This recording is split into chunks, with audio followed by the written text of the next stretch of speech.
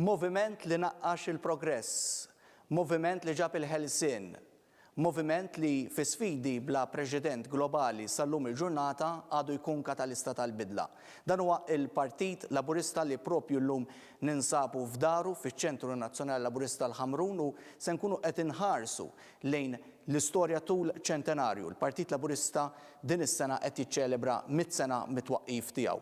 U propju se nkunu qed nintukom toma sow ta' dokumentarju 11 l-episodju li se jibdew jixxandru fuq l-istazzjon 1 propju minn bħallum ġimgħa u għalhekk f'dan il-programm speċjali propju minn hawnhekk mill-Ħamrun se nkunu qed nagħtukom diversi servizzi minn wara l-kwinti ta' dan id-dokumentarju bl-isem ta' 100.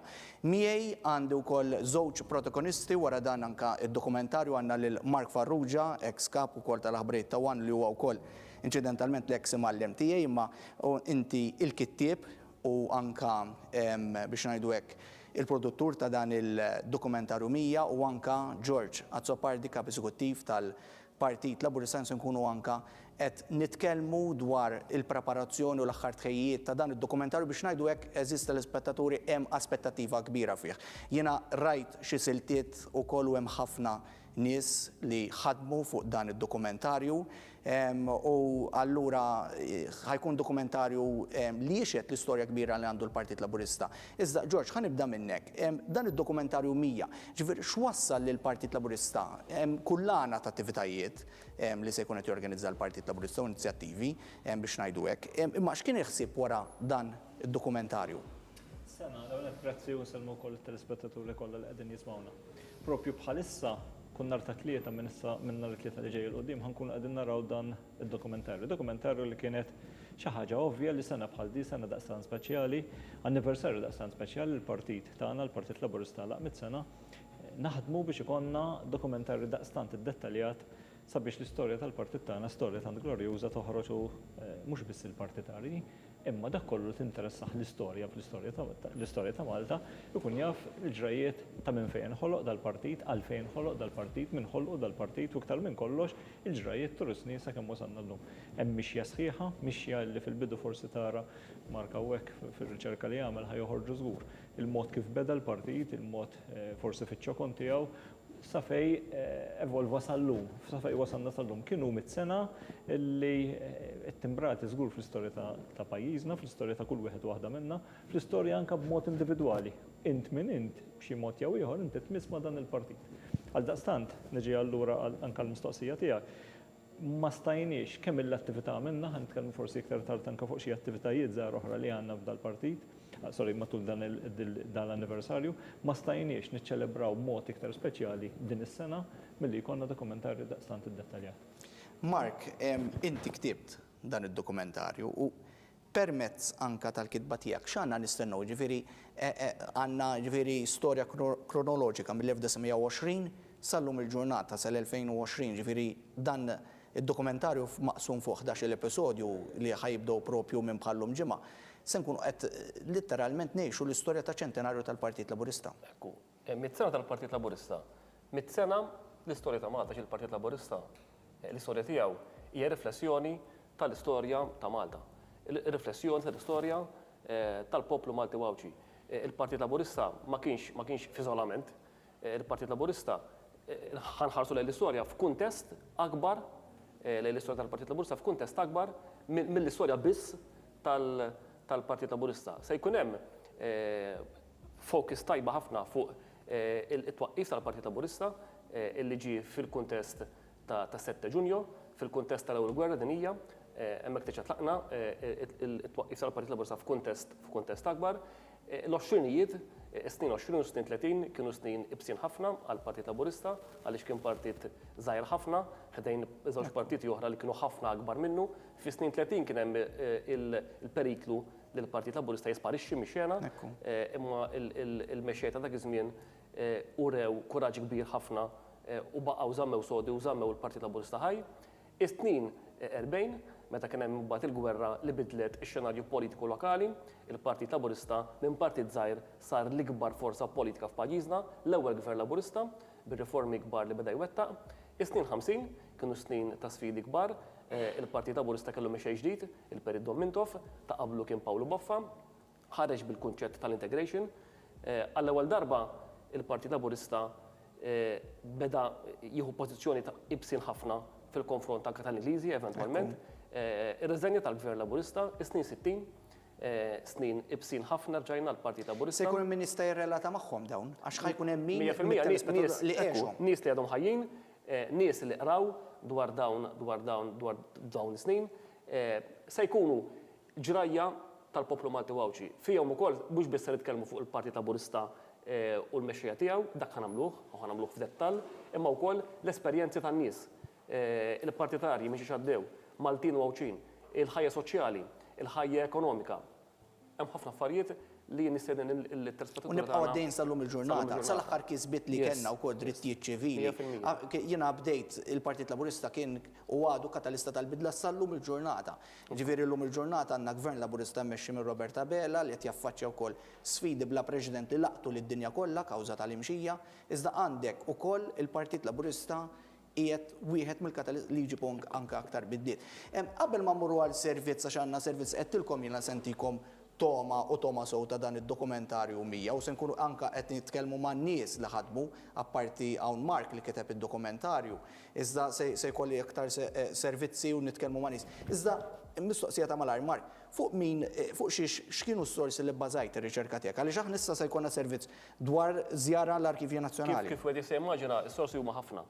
Hemm kodba li nkitbu dwar l-istorja tal-Partit Laburista, u mbagħad hemm sorsi primarji, hemm dokumenti kemm bil-Malti u anke dokumenti bl-Ingliż għax ovvjament dal-100 sena parti sostanzjali minnhom Malta kienet kolonja tal-Gvern Ingliż, allura l-awtoritajiet Ingliżi kellhom interess dirett f'dak li kien qed jiġri f'Malta u jinfluwenzaw b'mod dirett dak li kien jiġri f'Malta. U mbagħad interessanti kien hemm morna kif se naraw sa f'żewġ servizzi partikolari li ħansegwu, morna nutilizzaw materjal li hemm fl-Arkivju Nazzjonali Rabat, partikolarment ritratti ta' applikazzjonijiet ta' passaporti li jmur lura ammont sostanzjali ta' snin. Morna wkoll il-Biblioteka Nazzjonali fejn rajna hemmhekk ħafna gazzetti li jmur lura 100 sena u anke iktar, l-ewwel gazzetti li kellu il-partit dak iż-żmien kien jiseħ Partit tal-Ħaddiema għas Partit Laburista. Morna wkoll il-Librerija tal-General Workers Union minħabba li kif nafu l-istorja tal-General Workers Union u l-Partit Laburista għal ħafna snin kienu viċin ħafna ta' xulxin. Użajna wkoll ir-riżorsi tal-ċentru Nazzjonali Laburista, il-Librerija tal-ċentru Nazzjonali Laburista. Tkellimna wkoll mal-Kurja tal-Arċisqof għax kif se naraw fl-episodji il-Knisja kellha rwol ewlieni kemm fl-istorja ta' Malta f'aħħar 100 sena u fl-istorja tal-Partit Laburista. Fuq semmejt ir-riżorsi ewlenin li użajna kien hemm imbagħad nies individwali wkoll illi oġobhom jisilfuna anke ritratti tagħhom ta' Malta fl-antik. Ġifieri għandna varjetà kbira ta' riżorsi. Kif qed tisimgħu lil Mark dan huwa dokumentarju riċerkat u għalhekk hemm dik l-aspettattiva fuq id-dokumentarju mija iżda kif kienet jitkellem Mark semma l-Arkivju Nazzjonali li saret ukoll riċerka hemmhekk biex sar dan id-dokumentarju. Se naraw dan is-servizz billi nżuru l-Arkivju Nazzjonali.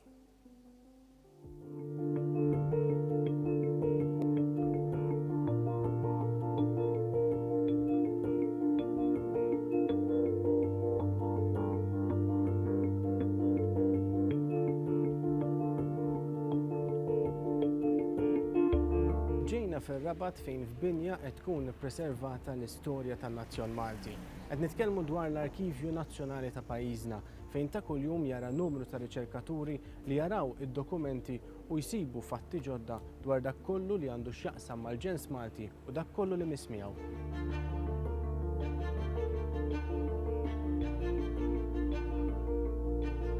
Se nitkellmu mal-Arkivista Nazzjonali Dr. Charles Farrugia li fost l-oħrajn ser jurina applikazzjonijiet ta' passaporti antiki ta' persuni prominenti fit-tmexxija tal-pajjiż u tal-Partit Laburista.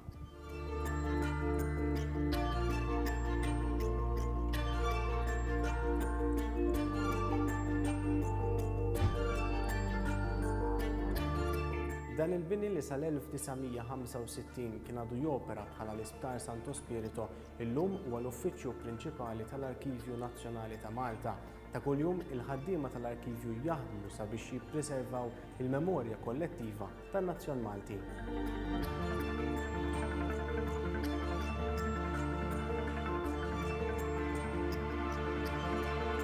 Dr. Farrugia, x'isib wieħed arkivjat fl-Arkivju Nazzjonali tar-Rabat? L-Arkivji Nazzjonali tar-Rabat huwa wieħed minn numru ta' repożitorji tal-Arkivji Nazzjonali. Fil-każ tar-Rabat niffukaw ħafna iktar fuq dokumentazzjoni mill-żmien l-Ingliżi, miż-żmien tal-amministrazzjoni Ingliża sal-ġurnata tal-lum. Fir-repożitorji l-oħrajn imbagħad bħal huwa dak tal-Imdina insibu perjodi oħrajn. Fil-każ tal-Imdina hemm id-dokumentazzjoni legali tal-pajjiż. Hawnhekk insibu kemm dak li hija amministrazzjoni, kemm dawk li huma files, deċiżjonijiet, minuti tal-laqat, però mbagħad hemm dokumentazzjoni oħra li tkun ħafna drabi voluminuża bħal huma applikazzjonijiet li jidħlu għand il-gvern. Fil-każ tal-applikazzjonijiet tal-passaporti għandna nistgħu ngħidu rekord ma jaqta' xejn mill-żmien mill-bidu tas-seklu 19 fejn kull min qiegħed japplika għal passaport għandek l-applikazzjoni tiegħu.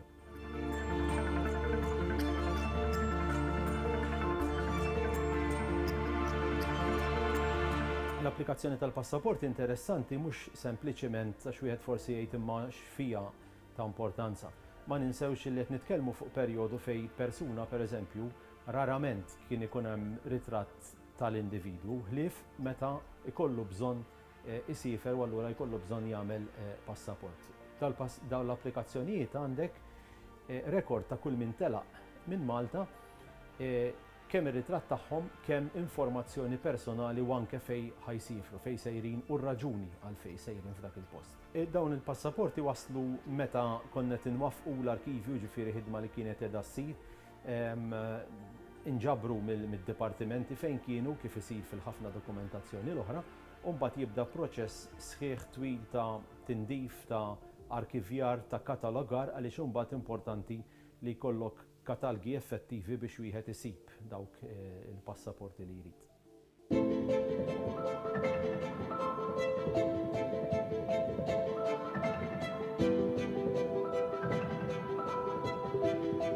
Iktar ma tmur lura fiż-żmien iktar in-nies li kienu jsifru kienu l-ftit. U allura kienu n-nies li ġeneralment huma jew nies sinjuri jew inkella nies fi professjoni li qed imorru barra biex jistudjaw jew inkella fuq xogħol tagħhom. Allura għandek ħafna nies li huma avukati, tobba nies fi professjonijiet, saċerdoti li qed isifru barra minn Malta. Dak jinkludi wkoll il-klassi politika, vuol-dire għandek Prim Ministri, għandek Mintoff, nies bħal Strickland, nies bħal George Bush Olivier, il-personaġġi kollha illi ħafna drabi ħassib mhux applikazzjoni waħda imma diversi għal kull safra prattikament li jagħmlu u hemmhekk tibda tara ċertu wkoll dettalji min qiegħed jiffirmalhom dik l-applikazzjoni. Ritratti ta' meta kellhom etajiet u kienu jokkupaw karigi differenti matul is-snin. Bħalma inti tapplika biex issifer, u mbagħad meta ħriġt mill-pajjiż kemm jekk ħriġt fl-antik bil-permezz ta' vapur, kemm jekk ħriġt mezz ieħor ta' safar, ħassib mbagħad f'dak li ngħidulu fid-dwana fil-customs ħassib mbagħad il-listi ta' kull min ħareġ fuq vapur jew kull min ħareġ fuq flight. Allura dik hija dimensjoni oħra x'ma ninsewx l-applikazzjoni tal-passaport ma tissinifikax li inti sifirt. Tissinifika li applikajt tal-passaport. Jista' jkun illi biddilt il-ħsieb u qatt ma sifirt. Però mbagħad ħadd kompli f'dawk il-listi ta' dwana ngħidulhom aħna tikkonferma l-iva, it-tali persuna kien fuq it-tali vapur jew kien fuq it-tali ajruplan bid-data bil-dettalji kollha ta' min kien f'dak il-vjaġġ.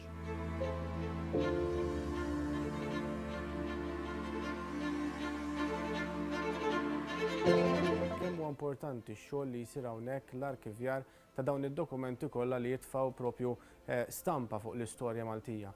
Il-liġi tal-Arkivji Nazzjonali titfa' fuqna l-missjoni speċifika ċara kristall fil-liġi li nippreservaw il-memorja kollettiva tal-nazzjon Malti. Vuol-dire hawnhekk iktar milli kif jaħsbu ċerta nies u min jgħidin intom maħżen ta' dokumenti. Jiena ngħid iktar milli maħżen aħna laboratorju fejn ta' kuljum qegħdin nesperimentaw u nirfinaw il-mezzi li nużaw biex nippreservaw din il-memorja tal-Istat Malti.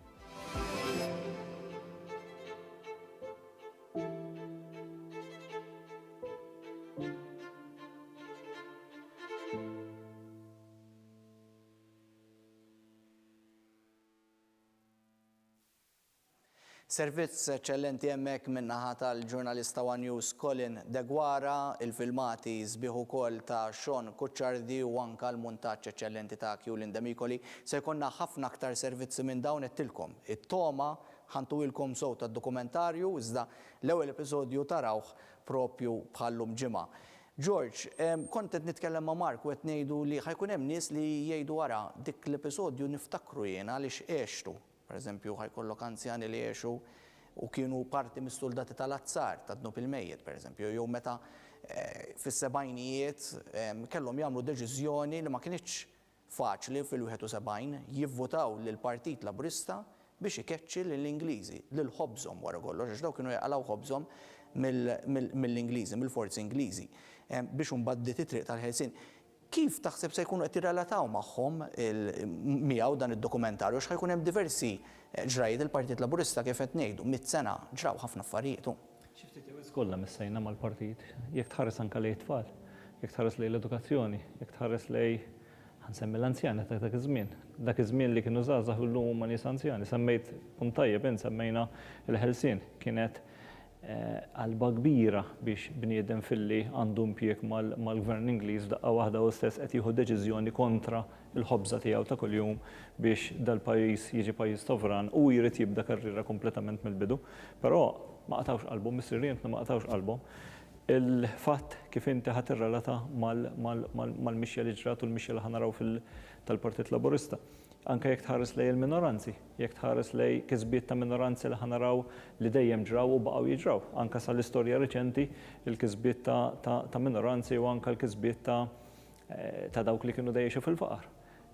Kif ħajjuri da' dokumentarju kif minn pajjiż ta' ħafna nies jgħix fil-faqar fej ħafna minn mis-sirrietna anke fiċċew li jkollhom refuġju f'pajjiżi barranin m'hawnx l-ebda familja u Malta li m'għandhomx familjari barra minn Malta u r-raġuni għalfejn marru jfittxu l-ħobża ta' kuljum barra minn Malta ħa toħroġ dad-dokumentarju. Jiġifieri xi ftit jew wisq biex ma ngħidlekx kulħadd xi ftit ħajmissu u ħajaraw kif din il-ġrajja laqtet lilhom. Eħud minn nies li ħajkunu intervistati li hemm diversi nies li s'issa diġà ġew intervistati u hemm ħafna oħrajn li jridu jkunu intervistati, ħajsemmu ġrajiet li jew għexu huma jew inkella għexu mis-sirrietom. Jiġifieri ejja ħanaraw dad-dokumentarju u ejja naraw kif kull wieħed waħda minna nolqtu u nidħlu fil-ħajja u kif dak li ġara laqtet anke lilek u l-kulħadd. Laqatni punt, George, għax semma l-minoranzi u l-Partit Laburista dejjem kien vuċi tal-minoranzi, mhux illum biss meta forsi rajna nistgħu ngħidu hekk mowġa ta' drittijiet ċivili, ġifieri apparti d-divorzju li għalkemm il-Partit Laburista ma kienx fil-gvern iżda fir-referendum kellek nies ewlenin protagonisti fil-Partit Laburista kienu qed iresqu tip ta' vuċi u tip ta' pożizzjoni, imma anke fl-antiku ukoll kellek il-Partit Laburista li jitkellem dwar u jgħaddi liġi fuq id-dekriminalizzazzjoni tal-omosessualità, pereżempju, dak iż-żmien kienet iktar tabu minn snin reċenti, illum nistgħu ngħidu hekk m'għadniex ngħidu li huwa tabu. Mark, iżda hemm ukoll il-ġrajiet il-kbar tul il-100 sena, fl-opinjoni tiegħek inti l-ewwel bdejt taddinna ħarsa tletinijiet, l-erbajnijiet, klim kienu il-ġrajiet il-kbar li sawru l-Partit Laburista. Iżda ċertament mal-ġrajiet il-kbar hemm oħrajn li għamlu differenza f'ħajt in-nies li jkunu affarijiet żgħar ukoll. Jien nħares lejn dal-100 sena bħala katina, ġifieri diffiċli biex taqbad ħolqa waħda u taqtaħħa mill-bqija. Għaliex dak li ġara fis-sebgħinijiet kien frott ta' dak li kien tiġi fis-60 fil-50ijiet. Il-Partit Laburista ta' wara l-gwerra huwa frott il-Partit Laburista ta' qabel il-gwerra. Ġifieri diffiċli biex tagħżel episodju partikolari, però bla dubju ta' xejn hemm fażijiet fl-istorja li jispikkaw. Kif qed ngħidu it-twaqqif tal-Partit Laburista qed nitkellmu fuq il-minoranzi. Dak iż-żmien il-partit innifsu kien fil-minoranza. Ġifieri il-Partit Laburista jaf xi tfisser tkun minoranza. Qasnis li votawlu kien jitkellem xorta lihom. Ma kellu. Ekku. U kien fil-minoranza jiġġieled favur l-insin Malta dak iż-żmien, jiġifieri favur l-insin tal-twelidna. Fil-minoranza imma jiġġieled għalih. Meta ħadd ieħor kien jgħidlu l-lingwa ta' ċina. Ekku. Il-Partit Laburista kien l-unika forza politika li kien joħroġ u għad l-insin Malti li fil-programm elettorali tiegħu ma kienx jiddejjaq jikteb favur il-promozzjoni tal-insin Malti. Wara il-gwerra kellek snin 40 kienu snin ta' rivoluzzjoni kbira għal Malta meta tqabbilhom ma' snin ta' qabel. Is-snin 50 il-Partit Laburista ħareġ b'kunċett illi għal dak iż-żmien ma tantx kien diffiċli biex fehmu, ħareġ mill-kunċett tal-integration. Ħafna pajjiżi kienu qed jinqatgħu mir-Renju Unit u aħna rridna nsiru parti mir-Renju Unit. Il-viżjoni ta' Mintoff kienet illi dak kien il-pass li permezz tiegħu Malta tagħmel qabża kbira fil-kwalità tal-ħajja. Meta dak il-pass falla, il-Partit Laburista permezz ta' Mintoff qabad it-triq tal-indipendenza. Is-snin 60 kif jafu ħafna kienu snin aktar diffiċli għal-Partit Laburista. Żgur ħolqa importantissima fl-istorja tal-Partit Laburista. Is-sebgħinijiet ma nixxi ngħidu il-pajjiż inbidel ta' taħt fuq. Bidla radikali kbira ekonomika, soċjali, totali, bidla totali. Ma tinarafx mill-1970 għal-qatmini. Is-snin 80 u 90 kienu snin ta' ġdid kbir fil-Partit Laburista li waslu biex eventwalment il-Partit Laburista rebaħ l-elezzjoni fis-96. Dal-bini li qegħdin fih huwa frott ta' dak it-tiġdid. Wara modernizzaruhu bil-medja. Totalment. Il-Partit Laburista f'disajnijiet mbagħad inbidel ħafna mill-Partit ta' Sabgħinijiet. Il-Partit Laburista ara dejjem iġeddet lil nnifsu għażminijiet li kien fihom. Wara id-disajnijiet il-Partit Laburista tal-lum huwa partit moviment. Huwa moviment illi ġab bidla fiħdanu, ġab bidla fil-pajjiż u partit li għalkemm u fil-gvern qed jibqa' jiġġedded. Dik hija kisba kbira li l-Partit Laburista kellu matul dan il-100 sena. Għaraf li jibqa' dejjem jiġġedded. Ekku, George, il-vuċi tal-Partit Laburista jew b'saħħitha. Ġifieri kif qed naraw tul l-istorja dejjem kellu vuċi soda u ma beżax jgħaddi u jieħu pożizzjoni kif l-ewwel semmejt il-minoranzi, ġifieri kien qed jitkellem għaż-żgħir meta kien jaf li m'għandux nies jivvotawlu fil-bidu tat-twelid tiegħu. Ġifieri kien hemm limitazzjoni ta' ċertu nies li jivvotaw, jiġifieri mhux kulħadd seta' jivvota, u n-nies li kien jitkellem għalihom il-Partit Laburista ċertament ma kinux il-votanti. Imma din il-vuċi b'saħħitha, din il-vuċi soda li dejjem kellu tul l-istorja, minn fejn ġejja? Jiġifieri il-Partit Laburista għandu daw il-prinċipi li jisma' ma jmissomlu ħadd, jiġifieri jibqa' jħaddanhom ikun xi jkun. Jekk tħares anke lej l-istorja ħirġa fid-dokumentarju ħissemmew ħafna manifesti elettorali ta' sninijiet li għaddew. Jekk tħares lej diversi manifesti elettorali ta' gvernijiet Laburista, dejjem kienu manifest li ħadmu direttament li jolqot il-kulħadd, ħadem manifesti dejjem li anke kienu raw illi verament il-pajjiż jiflaħhom. U finalment il-manifest li dejjem wieħed il-Partit Laburista kien manifest li verament jista' jwetta, irrid iwetta u finalment wetta. Allura bekk il-vuċi tkun soda għaliex dak li jkun qed iwedek meta jkun qiegħed fl-oppożizzjoni jew inkella meta jkun qed jipprepara biex jaħdem u jigverna l-leġislatura ta' wara. Jkun qed jagħmilha għal kull wieħed minna, jkun qed jagħmilha semmejna l-minoranzi li jekk minoranza verament għandha bżonn titla' terġa'. Ħajkun qiegħed iweda fil-manifesto elettorali u finalment ħajkun qed iwettaha. Bekk il-vuċi tiegħu tibqa' soda. Tibqa' soda. ċertu kredibilità mbagħad fost l-elettorat. U bekk semmejna li ħakkun qed toħroġ f'din dokumentarju u toħroġ li hija xi ħaġa mhux biss miktuba, mhux biss għexnija, imma anke f'dan dokumentarju ħankunu qed naraw diversi manifesti xwiegħat il-Partit Laburista tul is-snin, mhux issa biss, tul is-snin u l-qudiem u anke fil-passat.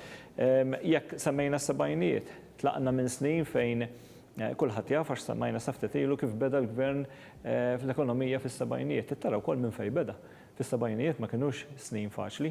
Il-koll niftakru fis-sena 2013 ftit ilu meta tlaqna minn ekonomija li għaskenna bażikament biex isir budget. Fil-71 meta tal-Gvern Laburista kien sab l-istess sitwazzjoni, kien sab sitwazzjoni fejn ma rridx inkun partiġjan, imma niftakru s-sitwazzjoni finanzjarja kif kienet fil-bidu tas-sebgħinijiet, niftakru l-miżuri li kellhom jittieħdu, niftakru wkoll anke forsi l-livell ta' skola li kellhom in-nies, il-poplu, ġifieri il-gvern kien mhux saħansitra jrid joħloq ix-xogħol, imma jrid jgħallimhom in-nies biex jibda jaħdem. Ġab ħelsien mhux kostituzzjonali biss, imma fis-sens wiesa', ġifieri ħelsien anke mill-ignoranza, ħelsien soċjali. Il-middle class laqas kienet teżisti, kien hawn faqar jew senjur ħoloq il-middle class.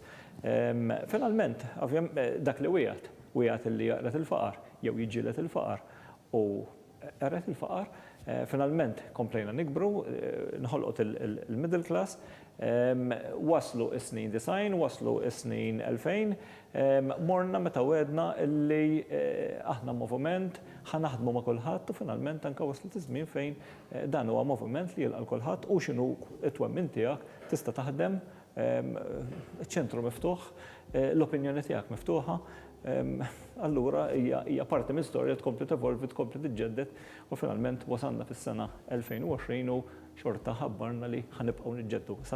Sal-bidu ta' din is-sena kellna kampanja ħanidilha ċkejkna fej kienet inkomplu niġġeddu. Jiġu minkejja li wasalna, minkejja li llum il-Partit Laburista huwa fil-gvern maġġoranza tajba ħafna, xorta waħda rridu nibqgħu niġġeddu.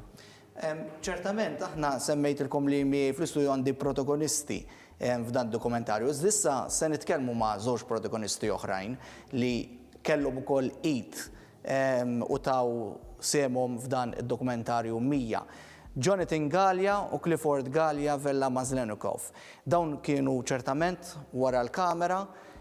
Clifford għamel intervisti u ħarġu wkoll ħafna rakkonti interessanti li se jkunu qed isawru din l-istorja tad-dokumentarju u Jonathan b'mod tantx eċċellenti għaddej b'ħidma lejl u nar fuq dan id-dokumentarju. Se nsegwu dawn l-intervisti. Mumenti sbieħ, sfidi, kisbiet, argumenti politiċi, għajnuna li żgħir. Dawn kollha kienu parti mill-100 sena tal-Partit Laburista, 100 sena li fiha l-Partit tal-ħaddiema trasforma f'dak li huwa llum. Partit li nbidel ma' żminijiet iżda li qatt ma bidel il-prinċipji tiegħu li jkun ta' tarka għal ħaddiema u jkattar il-ġid. Partit li dejjem emmen f'ġensna u dak kollu li hu Malti.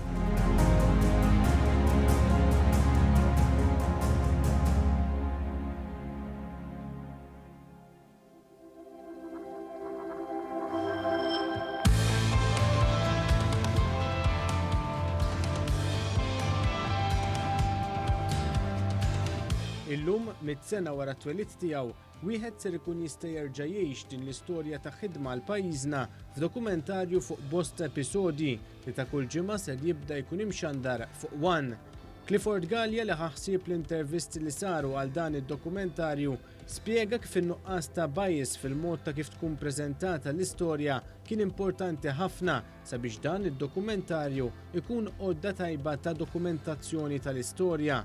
Finalment, il-ġrajiet huma ġrajiet u għandna dmir aħna li nwaslu għal il-tawarajna u l-ġenerazzjonijiet preżenti kif inhi.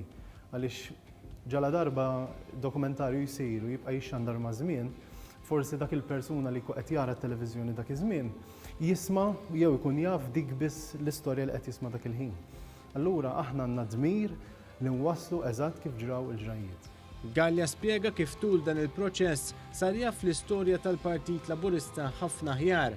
Stqar kif l-iktar ħaġa li laqtitu mill-istorja tal-Partit Laburista hija l-viżjoni li dejjem kellu. Jien nemmen li l-Partit Laburista mill-bidu ta' twaqqif tiegħu dejjem kien progressiv, dejjem kellu viżjoni fit-tul. Msemmi anke personalitajiet minnhom, jiġifieri bħal periodu minn Kumintof li diġà kellu viżjonijiet li llum il-ġurnata qed naraw isiru jiġu attwati.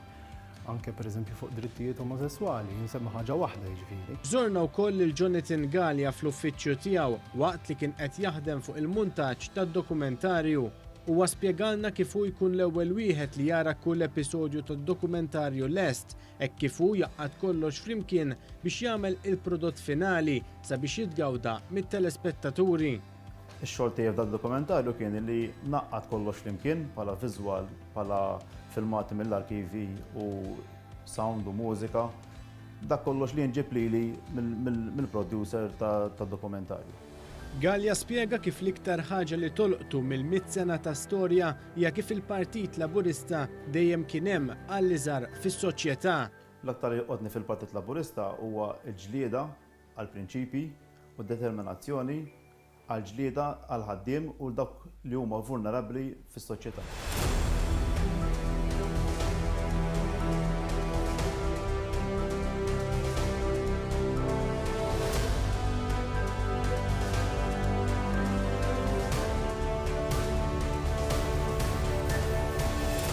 Permezz ta' Clifford, Jonathan u tim sħiħ li ħadem fuq dan id-dokumentarju, it-telespettaturi ta' One ta' kull ġimgħa ser ikunu jistgħu jgħixu mill-ġdid l-istorja ta' partit li tant ħalla legat qawwi fuq pajjiżna u niesu.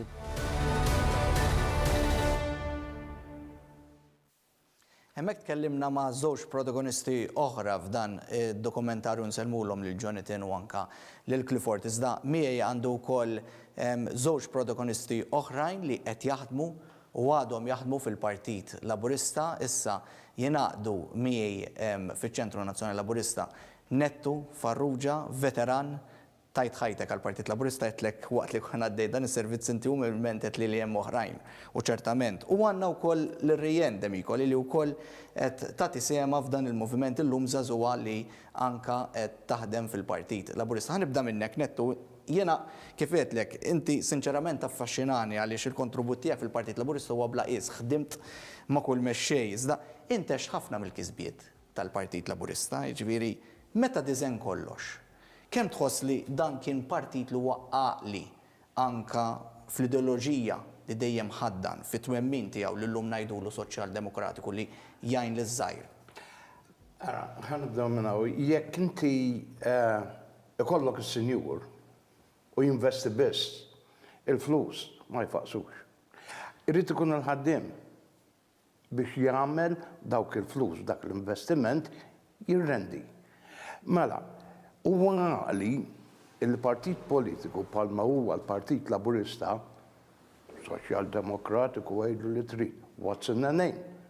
Imma illi inti dejjem tieħu ħsieb il-ħaddiem, tipprova u taħdem biex taġevola il-klassi tal-ħaddiema, allura inti is-suċċess, l-ekonomija se tifjorixxi. Mingħajr il-ħaddiem kollox jistaġna. Għalhekk aħna gburin b'dan il-moviment, għalhekk aħna gburin bil-politika illi dejjem ħaddanna bħala Partit Laburista Soċjal-Demokratiku. Fil-fatt, u qed niftakar f'dak li intqal propju sa nhar il-ħadd li għadda mill-Prim Ministru u l-mexxej tal-Partit Laburista f'intervista, Robert Abela, qed jgħid ukoll li fil-budget li jmiss se jkun qed taħabbar ukoll ċertament ta' garanzija kemm lin-negozji manka lill-ħaddiema li l-għajnuna fil-ħlas tal-pagi, il-Covid Wage Supplement, dik se tibqa' hemmhekk anke wara Ottubru. Kif qed tgħid inti, il-Partit Laburista dejjem ta' każ il-klassi tal-ħaddiema, dawk li għandhom il-familji, dawk li jmorru jaqlaw il-ħobża ta' kuljum. Mhux hekk? Appuntu għalhekk huwa il-pass għaqli meta ħarġu dawk is-subsidies kollha. Okay? Enna l-investitur, enna l-min jimpjega, l-imprenditur. Għala, mux biex nkabruhom iżjed mill-li huma, imma biex dawn ikunu kapaċi li jżommu l-ħaddiema fuq ix-xogħol. Il-paga dejjem dieħla. Il-familja mhix sejra lura. Maħniex naqgħu fil-faqar. Jekk nittraskuraw il-ħaddiem Malta, kwalinkwe ekonomija, tisparixxi. Rien, inti għalkemm żagħżugħa, imma tara forsi l-kisbiet moderni li saru fl-aħħar żminijiet, jiġifieri nsemmu drittijiet ċivili li ovvjament anke llum permezz ta' għaqdiet fih dan l-Partit Laburista qed isemmi wkoll fuq pereżempju aġġornar tal-liġijiet li daħlu madwar kważi 10 snin ilu, 9 snin ilu, l-liġi tad-divorzju.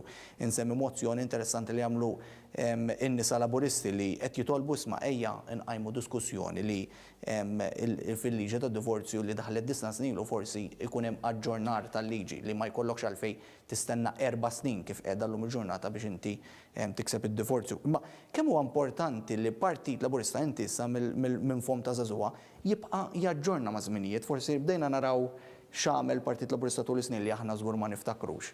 Imma kemm huwa importanti li nibqgħu naġġornaw ma' żminijiet. Jien naħseb li l-Partit Laburista mhux biss tejjeb l-ekonomija u diversi aspetti oħra, però tejjeb il-ħaġa li qed naġġornaw ma' żmien u bekk qed jolqot iktar żgħażagħ qed jiġbed iktar żgħażagħ miegħu. Fil-fatt waħda mir-raġunijiet li jiena ingħaqad mal-Partit Laburista hija għaraft li l-Partit Laburista li jridni wkoll miegħu u jridni li nkompli nimxi miegħu. Naraw eżempju fil-Parlament fejn naraw eżempju lil Byron Camilleri, il-Ministru li naraw diversi drabi li il-Partit Laburista qatt miegħu li żgħażagħ ukoll jew lil Rosjan Kutajjar hemm diversi. Il-Prim Ministru Roberta Bell anke fl-għażla tiegħu fil-Kabinett ħallat l-esperjenza ma' dawk li huma żgħażagħ li telgħin li hemm l-entużjażmu wkoll fihom. U jien nemmen li bekk il-Partit Laburista jibqa' jiġġedded ma' żmien u jibqa' miexi ma' żminijiet tal-lum il-ġurnata wara kollox. Ekku, nettu, fl-1958 biex ngħidu hekk meta kien hemm l-irvell biex ngħidu hekk kien għamlin kwiet fil-verità, ġifieri kontra il-madmat tal-barrani biex ngħidu hekk. Fis-settinijiet kien hemm is-soldati tal-Azzar għall-Partit Laburista, kulħadd trid ikun pon wieħed. Fis-sebgħinijiet kif semmejt qabel ridna nafdaw f'politika ta' mintof li smeqt jgħidilna tellawni eleġġewni fil-gvern biex jiena nkeċċi lil dawk li qed ituna l-ħobża ta' kuljum. X'tara komuni bejn dawk il-kisbiet li moddija u dawk il-kisbiet riċenti li rajna wkoll mill-Partit Laburista fl-aħħar snin? Ejja ngħidu li kieku ma kienx dak iż-żminijiet maħniex fli aħna llum. Bil-ħelsien, meta ħlisna mill-barrani, meta ħlisna mill-forzi Ingliżi, li wara kollox kienu qegħdin iżommu eluf ta' familji għaddejjin. Però il-Partit Laburista dum inkommentaw, immexxi minn mintom, kellu l-kuraġġ li daw jgħidulhom isma' daqshekk. Ħalluna ħanaħdmu. U bdejna nfittxu għax sirna verament indipendenti, ħelsin. Ħilsa minn kull irbit. Allura stajna ninnegozjaw ma' min irridu. Kienet il-volontà tagħna. U li kieku kienx dak, kieku maħniex li aħna llum. Għax m'għandniex l-orizzonti li għandna llum. Kollha. Jiġifieri iwa hemm konnessjoni għax kif qalet Sewrijan, il-partit tagħna evolva ma' żminijiet. U jekk partit jieqaf, mhux partit biss, anyone, jekk jieqaf, jagħmel stop, allura mhux progress imma jibda jagħmel regress. Għalhekk aħna rridu nkomplu niġġieldu u għalhekk huwa sabiħ il-motto tal-100 li ħrina bih. 100 sena biex nerġgħu niġġieldu. U huwa partit li ħares il-barra mhux ħares minn ġewwa. U rien forsi nagħlaq miegħek fuq dan il-punt. Kemm tara l-Partit Laburista għandu iċ-ċans jikseb aktar bidliet, ikun katalista ta' aktar bidla. Rajna fl-aħħar snin il-Partit Laburista jitkellem għal minoranzi, għal nies li huma fil-komunità LGBTIQ pereżempju, nies li ingħataw id-dritt anke li jżewġu li adottaw it-tfal grazzi dawn il-kisbiet anke għall-Gvern Laburista.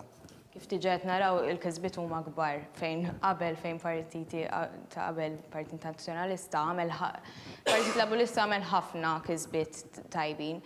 Nemmen li waħda mill-kisbiet li nixtieq naraw nemmen li nara fil-futur huwa l-ambjent. Forsi l-ambjent ta' madwarna jixtieq naqra aktar paċi fil-verità. Inqas mill-pollution u hekk. Fil-fatt l-Unjoni Ewropea rajna kif tawna l-fondi u għamlu enfasi kbira biex wara kollox nużawha il-maġġoranza fuq l-ambjent il-fondi li tawna.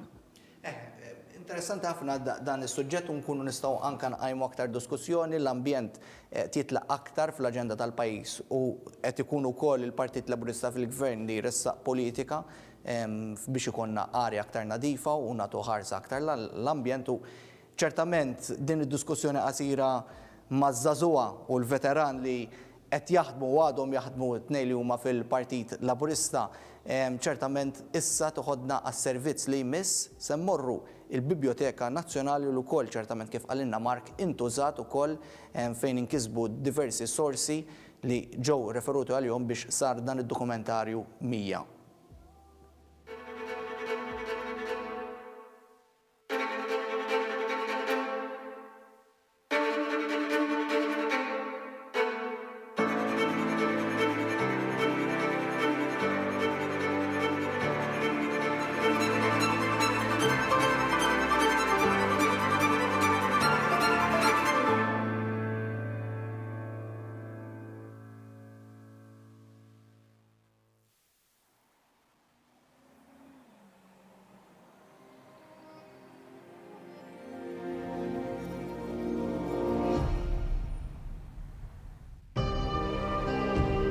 Fil-qalba tal-belt kapitali wieħed isib wieħed mill-aqwa teżori tal-Gżejjer Maltin, il-Biblioteka Nazzjonali. Din il-librerija tħares il-memorja tan-nazzjon permezz ta' kollezzjonijiet ta' kodba, dokumenti, gazzetti u mapep fost l-oħrajn. Illum ser nitkellmu mal-assistent libraranzjan Jeremy De Bono li ser jgħaddilna tarif dwar il-bidu tal-Biblioteka Nazzjonali u d-dokumenti li jinsabu fiha.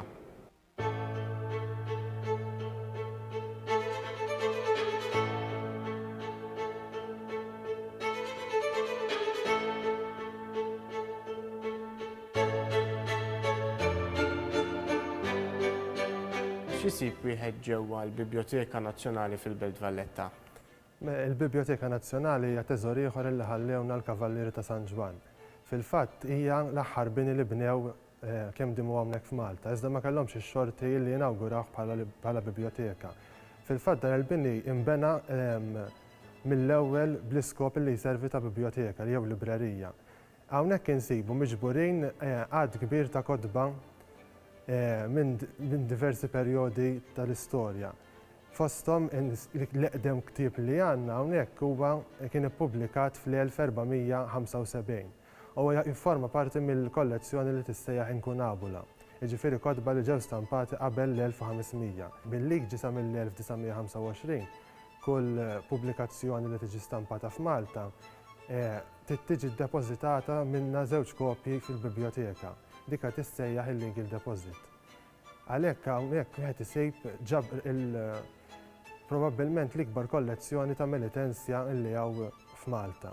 Jiġifieri l-kodba li ġew ippubblikati f'Malta jew inkella kodba li ġew ippubblikati barra imma li huma jittrattaw suġġett dwar Malta. X'inhu x-xogħol li jsir ta' kuljum mill-librara u l-ħaddiema hawnhekk ġewwa l-biblioteka? Mela, il-biblioteka għandha diversi sezzjonijiet. Fis-sala tal-qari fejn qegħdin bħalissa nilqgħu il-riċerkaturi li jiġu ta' kuljum biex jagħmlu r-riċerka fis-sorsi li toffri l-biblioteka. Wieħed jista' jiġi hawnhekk mingħajr l-ebda ħlas kollox huwa b'xejn u jista' jagħmel ir-riċerka tiegħu fil-materjal li għandna hawnhekk. Imbagħad għandna sezzjoni oħra li hija ta' diġitizzazzjoni fejn isir il-materjal li għandna stampat qiegħed jiġi diġitizzat biex eventwalment ikun aċċessibbli online għal-riċerkaturi mod online u għandna sezzjoni oħra li hija tar-restawr. Hawnhekk għandkom ukoll kollezzjoni ta' gazzetti anke minn snin passati. Kemm kbira din il-kollezzjoni, kif tibqa' tiġi aġġornata u għaliex hija importanti anke biex titfa' dawl fuq l-istorja kemm politika u dik anke mhux politika ta' pajjiżna. Mill-1839 kien hemm esplużjoni ta' gazzetti għax kif il-Maltin kellhom iċ-ċans li bdew jippubblikaw il-gazzetti, mill-ewwel ħadu iċ-ċans u bdew jippubblikaw il-gazzetti. Issa kien hemm gazzetti li għamlu żmien twil joħorġu deċenji u hemm gazzetti li ħarġu ftit ħarġiet jekk mhux ukoll ħarġa waħda.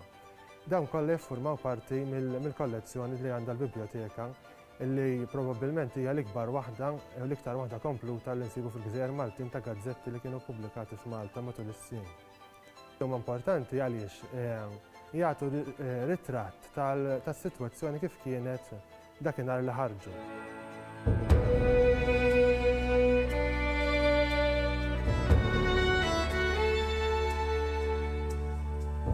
Ser nagħtu ħarsa wkoll lejn gazzetti mis-snin moddija b'rapporti dwar ġrajiet u kisbiet mill-istorja tal-Partit Laburista.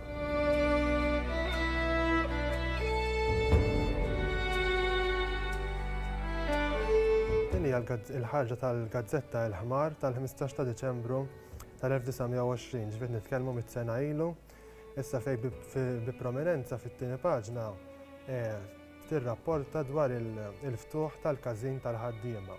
Jiġifieri l-ewwel każin li kellu il-Partit Laburista jew kif kien magħruf dak iż-żmien bħala l-Kamra del Lavoro.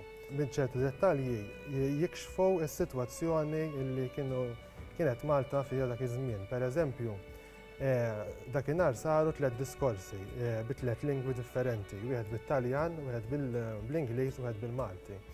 Issa fejn dak iż-żmien il-Taljan kien l-iktar lingwa importanti u bl-Ingliż dieħel bil-mod il-mod warajha u bil-Malti kien għadu biex ngħidu hekk jisfen fin-nofs iżda l-Partit Laburista minn dak iż-żmien kien diġà beda jagħti importanza lil Malti illi kienet il-lingwa tal-maġġoranza tal-poplu.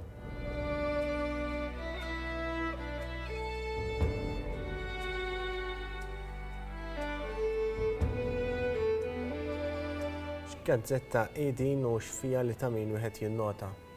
Mela, din hija l-Labour Opinion tal-6 ta' Mejju tal-1926. Issa, din il-gazzetta kienet l-organu uffiċjali tal-Partit Laburista u kienet immexxija mill-ġina Muska ta' Zoppardi. Issa, hawnhekk f'din il-ħarġa tas-6 ta' Mejju qiegħda tirrapporta dwar il-festa li saret fl-Isla fl-ewwel ta' Mejju jew jum il-ħaddiem li f'dak iż-żmien hawnhekk hija msejħa bħala Labor Day.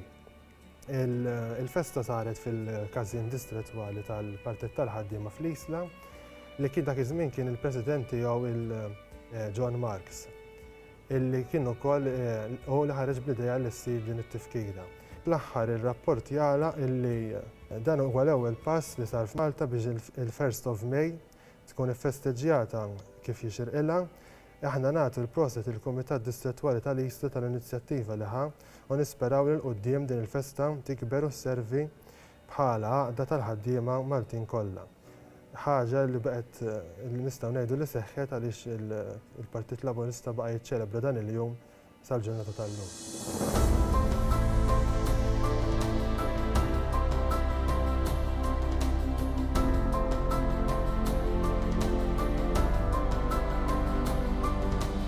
Hawnhekk qudiemna għandna il-kotra tal-1927 u propju hemm il-kliem ħaddiema vvotaw għall-Partit tal-Ħaddiema. F'liema kuntest kienet ġiet ippubblikata din il-paġna? Mela din hija l-kotra kif qed ngħid tal-1927. Il-kotra kienet gazzetta oħra tal-Partit Laburista ma kienet ukoll immexxija minn ġina Muska ta' Zoppardi. Issa kif qed tgħid inti din hija l-ħarġa tal-4 ta' Awwissu, jiġifieri ftit jiem qabel l-elezzjoni li saret dik xi jumej wara, nhar fis-6 ta' Awwissu. Dik kienet elezzjoni kombattuta ħafna għaliex il-partiti li bdew fl-1921 kienu ingħaqdu minn 4 partiti kienu ingħaqdu f'żewġ partiti. Il-Partit Nazzjonalista Demokratika u l-Unjoni Politika Malteza kienu ffirmaw il-Partitu Nazzjonali, waqt li l-Partit Kostituzzjonali ta' Strickland u l-Partit Laburista kienu ffirmaw il-Compact. U għalhekk kienu l-elezzjoni kienet missieta bejn żewġ partiti. Issa hawnhekk għandna l-lista tal-kandidati li kellu l-Partit tal-Ħaddiema dak iż-żmien. Forsi f'dettall interessanti huwa l-arma tal-partit, l-ewwel arma li kellu l-Partit Laburista, jew il-Partit tal-Ħaddiema kif hija mniżżel anke hawnhekk, u l-lista tal-kandidati.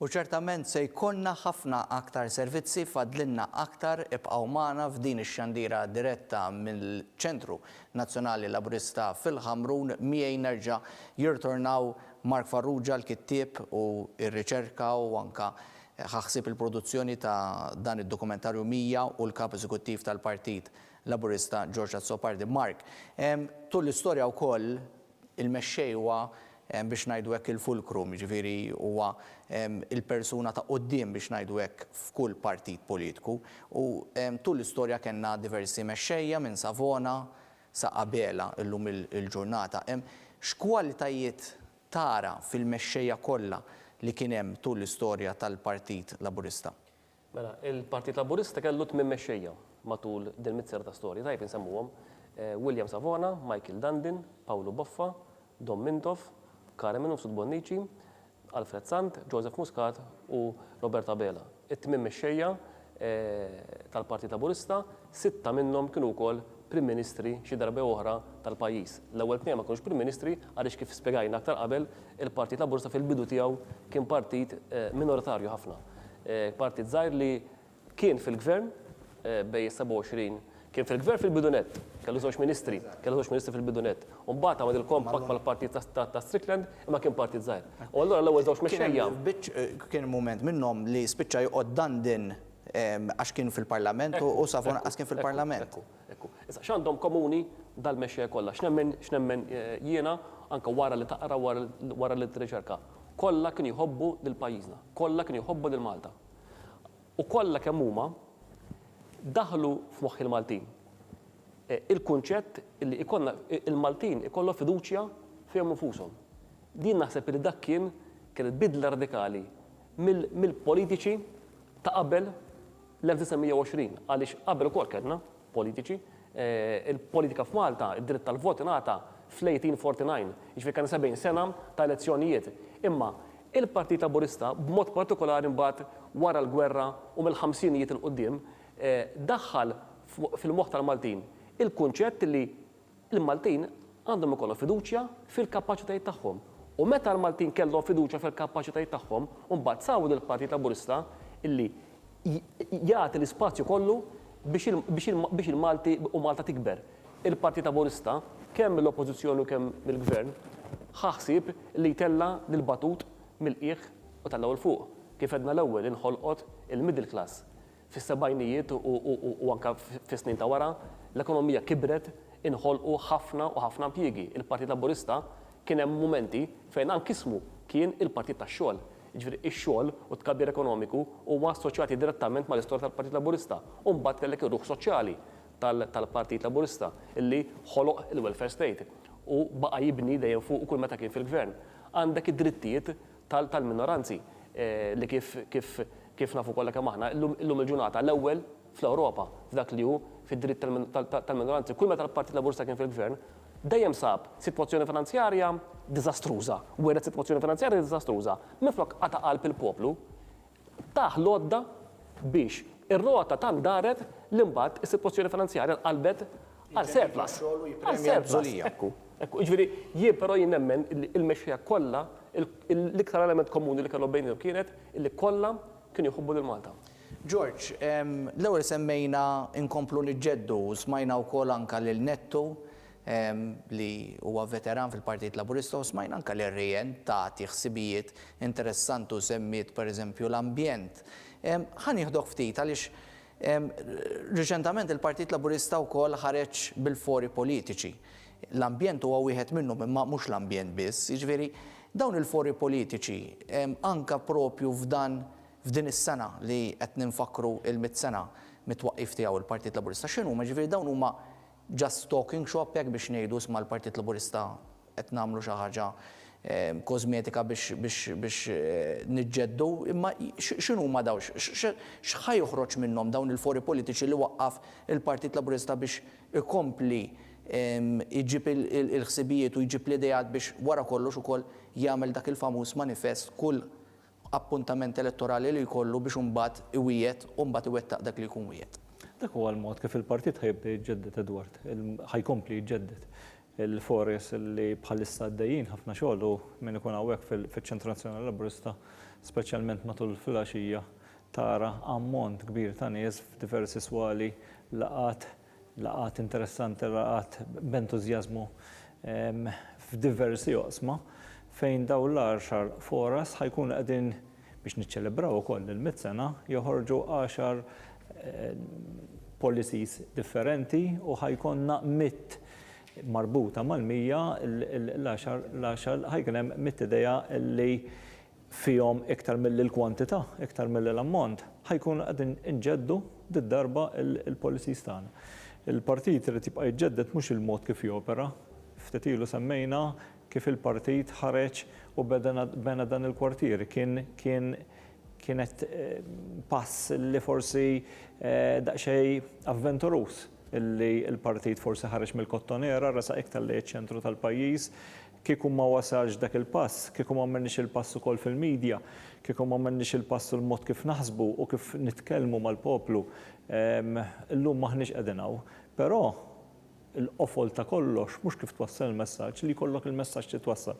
Daw il-foras ħajkunu qegħdin waslu idejat ġodda, ħankunu qed niżviluppaw fuq l-istess idejat li l-istess partit ħoloq ftit ta' snin ilu, jiġifieri mhux ħoloqna policy illum il-ġurnata wassannija u wasanna le, dik l-istess policy rridu nkomplu niżviluppawha. Rridu nkomplu niżviluppawha wkoll abbażi ta' idejat ġodda. Nettu flimkien ma' Rejen kienu qegħdin jaraw iż-żewġ etajiet differenti, il-mod kif ħarsu lejn il-politika tal-Partit Laburista persuna anzjan ma' persuna żagħżugħa. U hemmhekk tinnota iż-żogħżija fl-anzjan, imma fl-istessin il-maturità wkoll fiż-żagħżugħa. Teħu pjaċir tara żgħażagħ tal-lum il-mod kif jitkellmu fuq l-ambjent. Għala, għax forsi mhux għax qabel ma kinux, però llum għall-żgħażagħ tagħna l-ambjent huwa priorità forsi daqsxejn iktar milli huwa għal xi ħadd ta' ċertu età. U dawn huma li rridu noħorġu minn daw il-policies. Il-policies li qed nagħmlu llum ħajkunu qed iservuna għas-snin li ġejjin, il-partit ħajibqa' jiġġedded u ħajjiġi żmien fejn anke daw l-istess policies ħankunu qegħdin nkomplu nġeddu wkoll. ċertament ħansegwu servizz ieħor minnaħa ta' Colin Dwar Xon Kuċċardi u anke Kjulin Demiku li għamlu intervista ma' Franz Gallia. Franz Gallia ippubblika ktieb u se jippubblika ieħor dal-waqt. Ftit tal-jiem oħra joħroġ it-tieni volum tal-istorja tal-Partit Laburista li kienu wkoll sors importanti li ħadem fuq Mark biex kiteb dan id-dokumentarju nsegwu.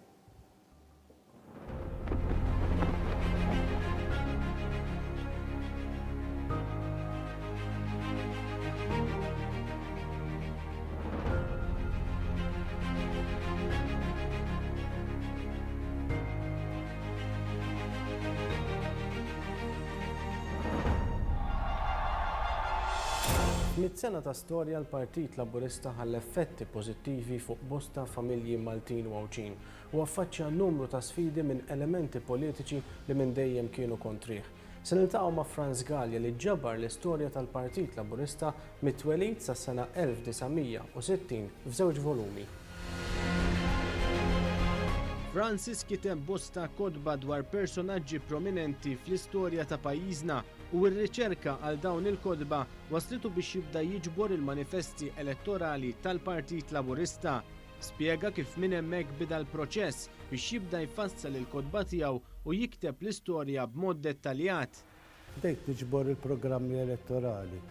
Meta kelli l-programmi elettorali jisu sa snin 60, bdejt nimla bejnietom biex nindaħħal ġrajiet, ir-rakkonti, it-tajjeb u l-ħażin li għadda minnu fil-mixja tal-bidu l-Partit Laburista. Francis Gallia spjega li meta wieħed iħares lejn l-istorja tal-Partit tal-ħaddiema jinduna li bħala partit dejjem sab elementi kbar li ħadmu kontra tiegħu u li pruvaw minn kollox biex jeliminawh mix-xena politika Maltija.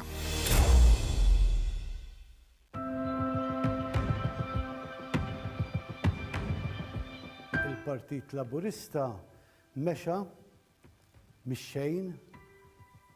Illum faċilment naraw il-passi li għamel dak iż-żmien minkejja il-mewġ kollu li kien hemm kontra tiegħu. Kien hemm kontra tiegħu il-Partit Nazzjonalista, il-Partit Kostituzzjonali, il-Knisja, il-Gvern Ingliż. Ħadd ma riedu għaw Malta, il-Partit Laburista. Madankollu minkejja dan it-tfixkil kollu tul iż-żmien, il-missjoni tal-Partit Laburista dik li jgħin lill-iżgħar fis-soċjetà qatt ma nbidlet.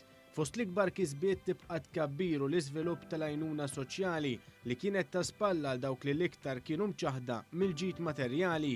Minkejja l-maltemp kollu, il-Partit Laburista dejjem ħadem biex l-żgħajri tal-law il-fuq u jgħin b'kull mezz lil min jaqa' lura permezz ta' servizzi soċjali. Gallia spjega li fil-momenti diffiċli li laqtu lil pajjiż tul l-istorja ta' dan il-ġens, il-Partit Laburista dejjem kien il-partit li joffra it-tama, xi ħaġa li għadha tapplika anke llum il-ġurnata mit-sena wara t-twelid tiegħu. Meta tara illi minn dawk id-daqqiet kollha wara l-gwerra il-poplu li il-Partit Laburista x'kien aksu kriżi kbira, tibda tirrealizza illi meta tiġi l-kriżi fil-pajjiż l-iktar partit b'saħħtu huwa l-Partit Laburista. Dan ma kienx ikun possibbli kieku mhux għat-tmexxija ta' wħud mill-aqwa mexxejja fl-istorja politika Maltija. Franz saħaq li tul il-100 sena tiegħu il-Partit Laburista dejjem kien immexxi minn mexxej jaqlin li mhux biss kienu maħbuba minn dawk li jissimpatizzaw mal-ideoloġija tal-Partit Laburista iżda rfu kif jaħdmu u joħolqu l-ġid għal Maltin u l-Awċin kollha. Il-Partit Laburista dejjem, u nirrepetija din dejjem, kellu mexxejja lin li imfxew b'tali mod illi mhux biss żammew il-fjamma mixawla fiħdan il-partitarji tagħhom tal-partit, imma żammew fjamma ta' tama anke fil-poplu Malti. Fi kliem Francis innifsu il-proċess li għamel biex ikun jista' jikteb dawn iż-żewġ volumi ta' kodba waslu biex japprezza iżjed il-legat fenomenali li f'100 sena irnexxielu jħalli fuq pajjiżna il-Partit Laburista. Stqar li fil-waqt li fl-aħħar snin Gvern Laburista rnexxielu jikseb bosta drittijiet ċivili għal pajjiżna. Bl-istess mod il-Partit Laburista kien wessa dritt tal-vot f'pajjiżna. Il-vot intrebaħ bil-mod bil-saħħa tal-Partit Laburista illi daħal il-vot tan-nisa, daħal il-vot għall-irġiel kollha qabel ta' 21 sena, irrelevanti jekk iddaħħal xi max, irrelevanti jekk intix ta' skola, għax qabel kienet illi jivvutaw biss dawk li jkollhom ċerta skola jew dawk li jkollhom ċerti renti.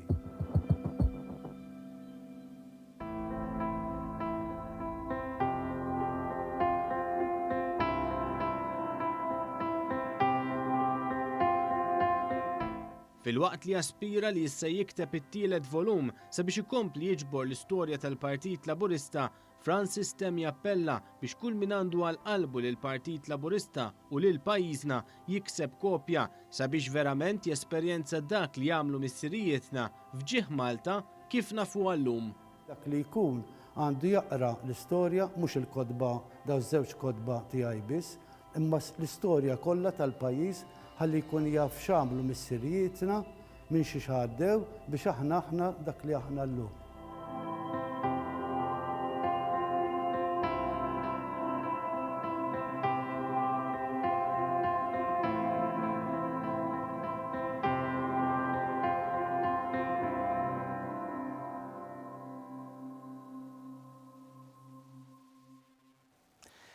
Ċertament nirringrazzjaw anka lil Franz Gallia u nħeġġixkom biex anka meta se joħroġ anka it-tieni volum ftit tal-jiem oħra fuq l-istorja tal-Partit Laburista tiksbu wkoll kopja. Wasalna lejn tmiem programm, ġifieri għadda malajr kellna ħafna servizzi u ċertament tajna toma biex minn bħallum ġimgħa Mark nibdew insegwu dan id-dokumentarju 100, hemm 11 l-episodju, il-kitba mirquma tiegħek, il-qari wkoll għaliex anka biex ngħidu hekk il-dokumentarju huwa moqri, hemm diversi fuċijiet interessanti ħafna li jagħmlu dan id-dokumentarju speċjali. Il-muntaġġ sabiħ li se jkun qed jagħmel anka u qed jaħdem fuq Jonathan Gallia. Iżda għalfejn it-telespettaturi li minn bħallum ġimgħa se jkunu anka quddiem is-sett tat-televiżjoni biex isegwu dan id-dokumentarju li hemm ċertu aspettattiva li li sar xogħol kbir għalih għax il-preparamenti jkunu kbar, 11 l-episodju mhux xejta, għalfejn għandhom isegwuh?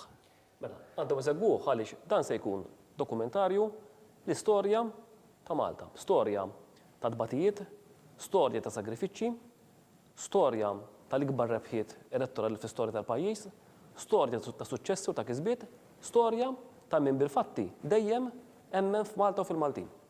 Mark, ningrazzjak ħafna u ċertament nawguralek ħafna u ngħidlek proset ħafna minn dak li qed nara jiena huwa dokumentarju sabiħ ħafna u li anka bħala stazzjon u bħala Partit Laburista għandna nkunu kburin bih. George, kummenta l-aħħar, id-dokumentarju huwa parti minn kullana t-inizjattivi li qed jieħu l-Partit Laburista f'din is-sena biex ngħidu hekk il-100 sena mitwaqqif tiegħu, ġifieri x-xahar id-dieħel propju nkunu qed niċċelebraw l-anniversarju propju mitwaqqif. X'hemm forsi fuq forsi semminna xi inizjattivi oħra li se jkun qed jieħu l-Partit Laburista tul dawn ix-xhur li ġejjin. Ċirkustanzi preżenti ma stajniex niċċelebraw il-mod tradizzjonali li normalment niċċelebraw okkażjonijiet bħal dawn. Però ħloqna numru ta' inizjattivi żgħar illi kull wieħed minna tal-inqas fid-dar tiegħu għandu jkollu tifkira ta' din is-sena hekk importanti. Id-dokumentarji ħankun qegħdin niċċelebraw ħungawduh flimkien fid-djar tagħna. Però barra minn hekk ħankun qegħdin naħorġu borru l-kommemorattivi b'timbru kommemorattiv ukoll propju li niftakru anka fl-emblemi tal-partit kif ukoll messaġġ mill-Prim Ministru, Dr. Robert Abela, ħajkonna żewġ muniti, munita tal-fidda li hija limited edition għal 100, ġifieri waħda għal kull sena tul mis-sena 1920 law, u munita oħra tal-bronz illi daw kollha jistgħu jiġu bbukjati peress li billi ċemplowek fiċ-Ċentru Nazzjonali Laburista. U għandna l-ktieb ukoll li bħala daġimma ġifieri nhar is-7 Ottubru il-ktieb li semmejna issa ta' Franz Gallia ħankun qiegħed illunċjat dan huwa t-tieni volum mill-istorja tal-Partit Laburista. Ħajkonna attività li bħala Partit Laburista ħankunu qegħdin nikkommemoraw madwar Malta u Għawdex, fil-fatt nistgħu nħabbru li lejn l-aħħar ta' din is-sena ħankunu qegħdin inħawlu 100 siġra. Il-100 siġra ħatkun qiegħda tirrappreżenta waħda għal kull sena li għaddejna. Ħankunu qegħdin jiġu mifruxa f'kull lokalità madwar Malta u Għawdex għalax il-partit tagħna wasal f'kull lokalità madwar Malta u Għawdex u għalfejn siġra għax is-siġra hija xi ħaġa li qed tfakkar is-snin li għaddew, per aktar minn kollox hija xi ħaġa li qed inħawlu, qed niżviluppaw u qegħdin inħawlu għall-futur, però jekk is-siġra ma tieħux ħsiebha, is-siġra ma tistax tibqa' tgħix miegħek. Ġifieri l-iskop tagħna huwa mhux biex li nħawlu, mhux biex li mmorru f'xi ħaġa ambjentali tajba, imma rridu neħdu ħsiebha u biex neħdu ħsiebha, jekk mhux se neħdu ħsiebha, dis-siġra ovvjament mhux se tkompli issebbaħ il-ġonna ta' madwarna.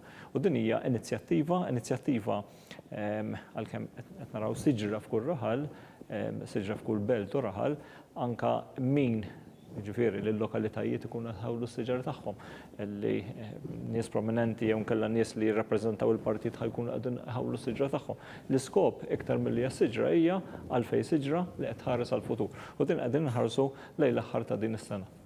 George u Mark, ħarlilkom li kontu miegħi, nirringrazzja wkoll lil Nettu u lil Rien li kienu propju magħna f'dan il-programm.